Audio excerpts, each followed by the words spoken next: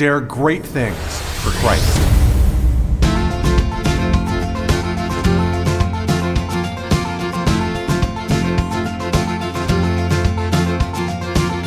Christ calls us to dare great things. In the marketplace, as well as in the mission field, there has never been a time like the present for the spirit of the Catholic entrepreneur. Now is the time for men and women of great courage and great vision to engage our church and our culture. Now is the time to dare great things. And here is your host as we dare great things, Father Nathan Cromley, the president and founder of the St. John Institute. Prayer is to the soul what breathing is to the body. Therefore, prayer is essential to everybody, but even more so to those who will lead, who play a position that comes to them from God in our world. Without a doubt, each of us has their own way to pray and express their heart to God. But the Catholic tradition holds many devotions which can help us to find discipline and regularity in our prayer. One of these is the Breastplate of St. Patrick, an excellent prayer to say at the beginning of every workday. You know, a retreat is a very powerful time for us, and taking a retreat as business leaders is essential. By retreat, what do we mean? It's actually the French word retraite, which means to retirer, to draw yourself back from, right? To pull out, literally, of what we do every single day in order to do it better. This is what, of course, Stephen Covey refers to when he talks about sharpening the saw, right? And I mean, if you take the time to sharpen the saw, you'll cut down more trees and you'll cut them down faster because you stopped working, right? And so many of us, we're just kind of cruising through. We get into a rhythm that we love because we're made by God, I would say, to do things and to get the next thing done. That's why He's got us. We're drivers, we're innovators, we're men and women of action. And that's what's gotten us where we are now. But let's be honest, action itself flows from inaction, just like words flow from silence and love flows from being loved. I mean, there's a source to you. There's something bigger than you that is the driving you forward. And the reason you are great is not you. Okay? You are great, but you are great because you're in search of something. You're moving towards something that pre-existed before you. So it's there because you're in touch with what is greater than you, you have found the source of true greatness. All right. So in a retreat is that time. It's that time to bathe deeply in that source, that wellspring of the passion and the fury that you have inside of your heart every single day. This is that drive that put you through college, that allowed you to excel, that made you start in your career, and that's guided you every day when you get up every morning and you go back at it again and again and again and again. There's something inside there that needs to be fed. Because if we don't feed it with the right type of energy, it can turn into selfishness. And instead of drive for the good, instead of seeing our life as a real act of service and love that can help others and glorify God, well, it can become wearisome in the end. And you have folks with so much excellence who are wearied of being excellent. That should never happen. And we become bitter, we become old, we don't need to. On the contrary, we can rekindle the love. We can find the deeper fire. But to do that, we have to retirer. We have to go on to retreat. We have to pull back, pull out, and then plunge deep into the wellspring, the clear, beautiful, life-giving water of the love that is in our hearts that comes from God. Right? This is something that the more that we do this, the more powerful that will be. I remember speaking with a high school president, and he has, of course, a very big challenge in front of him. He's leading his high school, and he said every morning he wakes up, and the first hour and a half of his day, he claims for himself. Now, he wakes up early at about 4:30 in the morning to do this, but he takes that hour and a half for himself and for God. So he takes a cold plunge, and then he goes into a hot tub after that, and he does his prayers, and he focuses himself on his day. He gets in touch with his inner core, with the love that's in his heart that comes to him from God before his kids even wake up and before the day even begins. And he said to me that that's the secret of his success. Well, Mother Teresa did a similar kind of thing. She didn't do a cold plunge, But what Mother did is, and what all of her sisters do, she gets them up at 4 a.m, and they spend from 4:30 to 7:30 in the chapel in prayer. They do an adoration time. They do vocal prayers. They have mass. And she says, I begin the day by letting Jesus use me, and then I let everybody else use me. You could read so many stories of saints. There's so many stories of great individuals, and all of them will have something in common. All of them are in tune with their heart, with a depth of identity deep down inside of them. Now, some of them are less in tune, or their hearts are really kind of shallow and not good. But a Christian's heart, it's like a faucet. We open it and let God out. Right? When we bathe ourselves in God, when we plunge our hearts in God, everything we do becomes a hymn of praise back to Him. Everything that we do becomes an expression of that deeper love, right? Because we realize that our life isn't about us. It's like that great line I love from a Catholic thinker named Scott Hahn. He has a little quote that I think is great. He says, I'm not much, but I'm all I think about all day long. Right? So he was kind of joking around, right? Saying, I think a lot of us find ourselves in the same situation, right? But but our success will come the moment when we get over ourselves. When we realize and look deep down inside the eyes of everyone else and we say, I'm doing this for you. Because when that happens, we unlock an energy inside of ourselves. Like we open ourselves now to become instruments of God, because God is doing it for them. And our life finds meaning, and our business and our professions find meaning. We understand what we're doing every day as a doctor or as a lawyer. We're not just processing claims. We're not just checking people out at the grocery market. We're serving them. And it feeds our heart and our souls. When we're doing it we're in the right place, we realize that we're deploying our greatness at the service of a great thing. And if you can't do that in your career itself because you're kind of stuck in a position, you can always do it by working for God. In the Bible, there's the letter to Philemon, where he's actually speaking to a slave.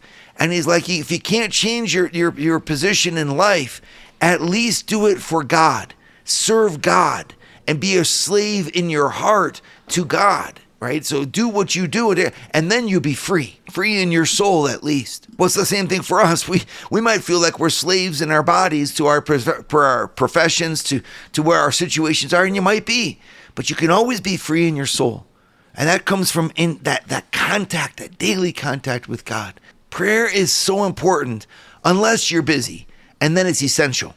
The busier you are, the more prayer that you need. How do you expect your actions so abundant to maintain their focus and to hit their mark and to also feed your soul instead of just taking energy out of your soul if your soul itself isn't in touch with something bigger, right? So the more that I'm in touch with God, the more my activity will be vibrant, will also be effective and on target, because I'm aiming it towards this great mystery that has claimed my life. This one whom I have chosen to love because I've discovered His love for me. It's almost like life becomes a romance of sorts, an expression of a mystery that's bigger than what we have. I understand that many people don't have faith. I understand that many people struggle with their faith. I want to encourage you all to not be afraid of discovering this mystery of life, the secret that is God's love for you. Because the more that you discover that, well, the more that everything that you do in the positions that you have will have this meaning and also will be full of significance. And that starts with our daily prayer. And so I want to help you, teach you on this retreat how to make that prayer, how to pray in a practical way. And I want to use for that an ancient prayer called the Breastplate of St. Patrick. Would you like to hear more from Father Nathan? Join the St. John Leadership Network and receive a 2-minute glance at the gospel every Sunday morning right to your phone. To learn more, go to www.stjohnleadershipnetwork.org/member and join for free today. Prayer is both an art and a science, okay? So on the one hand, it's an art, meaning there's an expression of our soul to God that is so unique and so personal and so deep that it needs nothing else but authenticity. And this is a beautiful thing if we can do it, right? The fact is, though, a lot of times we're distracted, or we don't want to take that time to really touch the depths of who we are. And so our prayer can lack that depth because, well, we do in the end. And so even though we know we can achieve it, sometimes people will just say, well, I talk to God all day long. And I believe that too. But there's a time and a place to try to go a little bit deeper. And if we can't find that authenticity by pure focus and entering into pure silence with this gaze upon God of faith, then we can use a crutch. And a crutch will be a prayer that's written for us. Okay, so in our Catholic tradition, this is a marvelous thing that we have. It's called a prayer book. And I know it exists also in non-Catholic Christianity, where you have collections of prayers that are simply the prayers that we've said over the decades. And this is a wonderful thing because they can guide us in our faith. In the Catholic Church, in order to publish a prayer, for example, that's written, you're supposed to get the permission of the bishop, because the bishop is supposed to guarantee that the prayer that you're saying is actually in accordance with the faith. In other words, that what a prayer is it's being guided by the knowledge, the faith, the knowledge that you have from God to let your heart reach out to him. So now my heart, if I know that the bishop has said this prayer is in accordance with the faith, then I can use its poetry and its powerful imagery and the thoughts that it gives me to let my heart reach out to God. So now I'm praying with the person who wrote the prayer, which is, of course, why we Catholics, we enjoy doing this with the saints, right? Because we're like, these people have then, their lives, or their faith at least, has been sanctioned by the church to say these people are good and reliable guides for us. And so using their ways of praying can therefore inspire our own and can open our hearts to this authentic relationship with Jesus. At the end of every prayer is a surrender of ourselves to God at a personal level. And the prayers can really help because it focuses us and it gives us some food that allows us to move with the thoughts of the saints. So there are many of these devotions, and I recommend them all, really. I mean, Catholic devotions are great. I think it's one of the easiest ways to grow in your spirituality is to buy a prayer book. Like literally. Or people today say, oh, use the prayer app. Okay, well then use the prayer app. Click on that little thing that says prayers, and then choose 5 that you say every morning and 5 that you say every evening. You can even pick the ones that you like. It's fine, There's a prayer to a guardian angel, prayer to St. Joseph for work, a morning offering, prayer before Mass, prayer after Mass. There's all kinds of beautiful prayers that are there. And why not choose 5 that you like in the morning, 5 in your evening? And that way, by saying your prayers, which is this old way of speaking, right? Like I've said my prayers in the morning. We do this for our children. Well, why don't we do it ourselves? By saying your prayers or getting to the office and having the routine of the very first thing, saying a prayer. And of course, you can tape that to your wall right in front of your computer. You can put this on your mirror when you're brushing your teeth. But learning to get into the habit of saying those prayers, it's almost like it doesn't replace the heart. It doesn't replace the freedom of the spirit or that authentic meeting between you and Jesus, but it sure helps. It sure helps. I can guarantee you, if you start putting prayers around and saying them on a routine basis, you're going to notice that your heart has been rendered much more sensitive to the workings of God in the day. Much more sensitive because you've been talking to him throughout the day. And by getting these prayers that come from our Catholic tradition, well, now you're listening to prayers that have been written pointing you towards this mystery by men and women who've loved God in extraordinary ways. If I'm going to have a football coach teach me how to throw a spiral and a weight coach teach me how to lose weight, why wouldn't I have a prayer coach teaching me how to pray? Well, the prayer coach is the saint, and they wrote these prayers for us to say. So it's such an easy and yet effective way of growing in holiness to choose certain prayers and pray them every day. It's called devotions, and you get to pick what ones you like. Now, in the world of devotions, there are many different kinds. There are litanies, which are just kind of like long lists of things with a repetition in them. Of course, there's the rosary. There's novena prayers. There's many different kinds of prayers that have just grown up over 2,000 years of tradition. There's prayers of supplication, prayers of praise. You, of course, praying with the Psalms. You can have liturgical prayer. There's many forms that are out there.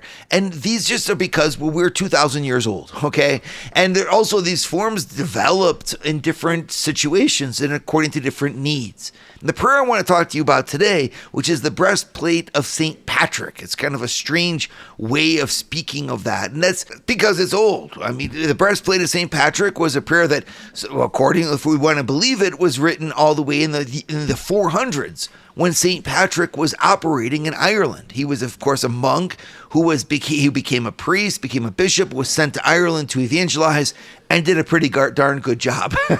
He basically converted the entire country, right? And so this prayer, being a lorica, is the word that they use in Latin. And the lorica is a translation of the Greek word thorax, which St. Paul used in Ephesians 6, when he literally says, put on the armor of God, right? And one of the things that he's saying is put on the breastplate of God. Paul is describing, in other words, that a Christian's life can be seen, one of the metaphors for it is a type of battle, right? And the forces that we're waging war with are forces that are spiritual, that affect our spirit. So on the one hand, you can look at this in terms of evil personified in the devil and his angels, and you could look at it from that angle for sure. And yet at a profound level, what's the devil and his angel? What are they trying to do? They're trying to impact our spirit.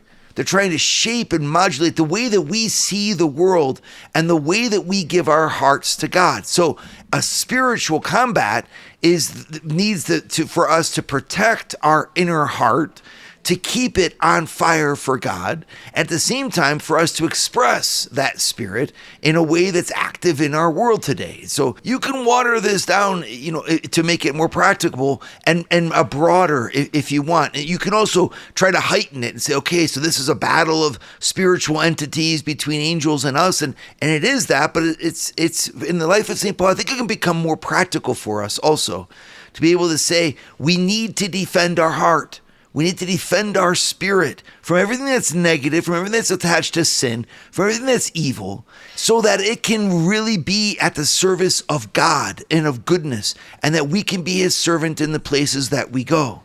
And with that prayer in mind, St. Paul says, put on the armor of God, put on the thorax of God, put on the breastplate of God. The Irish monks this would be between the years 500 and 700, developed a series of prayers that we still have today. The earliest copy of this particular prayer comes from the 800s, 300 years after Patrick. And then, of course, it's found again in the year 1100. We have an old edition of it in its entirety. But whether or not it was used by Patrick himself, it's part of a genre of prayers that we can find. There's an old hymn, for example, Be Thou My Vision, which a lot of us like to sing in the Catholic tradition, Be Thou My Vision. Well, that's actually a lorica, or a breastplate prayer of protection that dates all the way back to that same time period, right? There's another type of prayer called a kaim. We have a kaim from St. Columba, for example, which is a prayer of protection. Okay, so that's what the tradition of this prayer comes in. And why I want to talk to you about it is because by protecting our hearts, not only against evil, but also by inflaming them with faith, these prayers allow us to attack our day and to lead from a point of view of fire and of love. And the prayer is so gorgeous that I'm sure it will help you every day. Would you like to start your Thursday mornings with a scriptural leadership lesson? Join the St. John Leadership Network, where Father Nathan hosts a 30-minute call at 6:30 a.m. in all 4 U.S. time zones. To learn more, go to www.stjohnleadershipnetwork.org/member and join for free today. The other day I was having a conversation with a priest, a friend of mine, and he was saying about his routine in the morning. And he said that every morning he's driving in the car for about a half an hour on his commute to his church. And he said that he spends that time in prayer, and he listens to the liturgy of the hours being prayed, as every priest has to do. And then he usually has another 5 minutes or so before he pulls in the driveway. So he pulls up this hymn, an ancient hymn called the Breastplate of St. Patrick, which is literally the prayer of St. Patrick put into music. And that dates back to the 1880s, 1890s, when that was created and composed. But the reason I said, why do you say that? And he says, because every day then it gives me this wonderful positivity of knowing in faith that I'm rooted in God. It's literally such a powerful prayer because it fixes my heart in Jesus Christ, and it allows me to know that Christ is with me as I begin my day. And that's why I want to share this with you and encourage you to pray it every day, because it's just that it's such a positive prayer. It allows us really to say all the hope that we read of in the Bible, that we know of in our faith. It makes it kind of like sensible and concrete through the lines of beautiful poetry. So the prayer itself has 11 different sections to it, okay? First of all, it starts with 5 invocations, where it's basically saying, I bind into myself, and then it gives you these 5 different things. Number 1, the Trinity. I bind into myself. So you can picture like taking a breastplate and then putting it around yourself and tying it on. And what are you tying on? You're tying on Christ's baptism, Christ's death for you, Christ's resurrection, Christ's ascension, and Christ coming at the last day, right? So I'm claiming, in other words, actively by this prayer in my faith, I'm claiming these things. Saying, I'm attaching these to myself and myself to these. What else? The virtues of the angels and the sweetness of the saints and all the goodness of the patriarchs and the martyrs. And then he looks out towards nature and he starts to invoke that. I bind into myself the incredible powers of the sea and the beautiful things that we can see upon the earth. Everything that's positive and that reflects God, he's binding to himself. Of course, it's like an aspiration, right? But that's the beautiful thing of a poem, and the beautiful thing of a prayer. It's a heart's cry. It's an aspiration. It's saying that everything beautiful out there is what I'm going to identify as my base. Not anxiety, not negativity, not bitterness, not unforgiveness, but all the beauty that I see in the natural world. That's what I want to live with it as a reflection of God. The prayer then moves into a spot that could be challenging or at least new for many of you, because he starts listing off the people that are attacking him: false prophets, heretics, witches, wizards, right? And all the different ways that they could attack him. And I would invite you during this to think maybe of the spots in your profession or on your team that you're nervous about, from a manager who has it out against you, to a competitor that's trying to take you down, to a lawsuit that's pending in the courts, or whatever's causing you this, right? You can identify those. These were the particular enemies of Patrick of the day.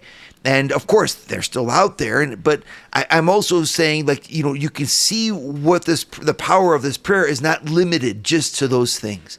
It's saying anyone who would do me harm, anyone who would do me evil. And so insofar as I myself am doing the will of God, I'm asking for protection from, right? And then he goes into the most beautiful part of the prayer that most of us would recognize, where he literally surrounds himself with Christ and begs Jesus to be above him, to be beside him, to be before him, to be behind him. And it touches our hearts deeply when we hear it. And then, of course, he then kind of wraps it up. 11 sections to the prayer. And the basic flow is one of saying, I today am binding to myself, taking upon myself as my shield and the armor of my heart, God himself. And my challenge to you is to live it, to actually be bold enough to dare something great for Christ today, to look upon what you're doing from that angle of having so much worth that God himself needs to protect and defend it. And so now, with your permission, I'm going to go ahead and read the prayer for you. You'll find 2 different translations. I like this one the most. It's the most poetic and the easiest to kind of get into for me. I bind unto myself today the strong name of the Trinity, by invocation of the same, the 3 in 1 and 1 in 3. I bind this day to me forever by power of faith, Christ's incarnation, his baptism in Jordan River, his death on cross for my salvation, his bursting from the spiced tomb, his riding up the heavenly way, his coming at the day of doom, I bind unto myself today. I bind unto myself the power of the great love of cherubim, the sweet well done in judgment hour, the service of the seraphim, confessor's faith, apostles' word, the patriarch's prayers, the prophet's scrolls, all good deeds done unto the Lord, and purity of virgin souls. I bind unto myself today the virtues of the starlit heaven, the glorious sun's life-giving ray, the whiteness of the moon at even, the flashing of the lightning free, the whirling wind's tempestuous shocks, the stable earth, the deep salt sea, around the old eternal rocks. I bind unto myself today the power of God to hold and lead, his eye to watch, his might to stay, his ear to hearken to my need, the wisdom of my God to teach, his hand to guide, his shield to ward, the word of God to give me speech, his heavenly host to be my guard. Against the demon snares of sin, the vice that gives temptation force, the natural lusts that war within, the hostile men that mar my course, or few or many, far or nigh, in every place and in all hours, against their fierce hostility, I bind to me these holy powers. Against all Satan's spells and wiles, against false words of heresy, against the knowledge that defiles, against the heart's idolatry, against the wizard's evil craft, against the death wound and the burning, the choking wave, the poison shaft, protect me, Christ, till thy returning. Christ be with me, Christ within me, Christ behind me, Christ before me, Christ beside me, Christ to win me, Christ to comfort and restore me, Christ beneath me, Christ above me, Christ in quiet, Christ in danger, Christ in hearts of all that love me, Christ in mouth of friend and stranger.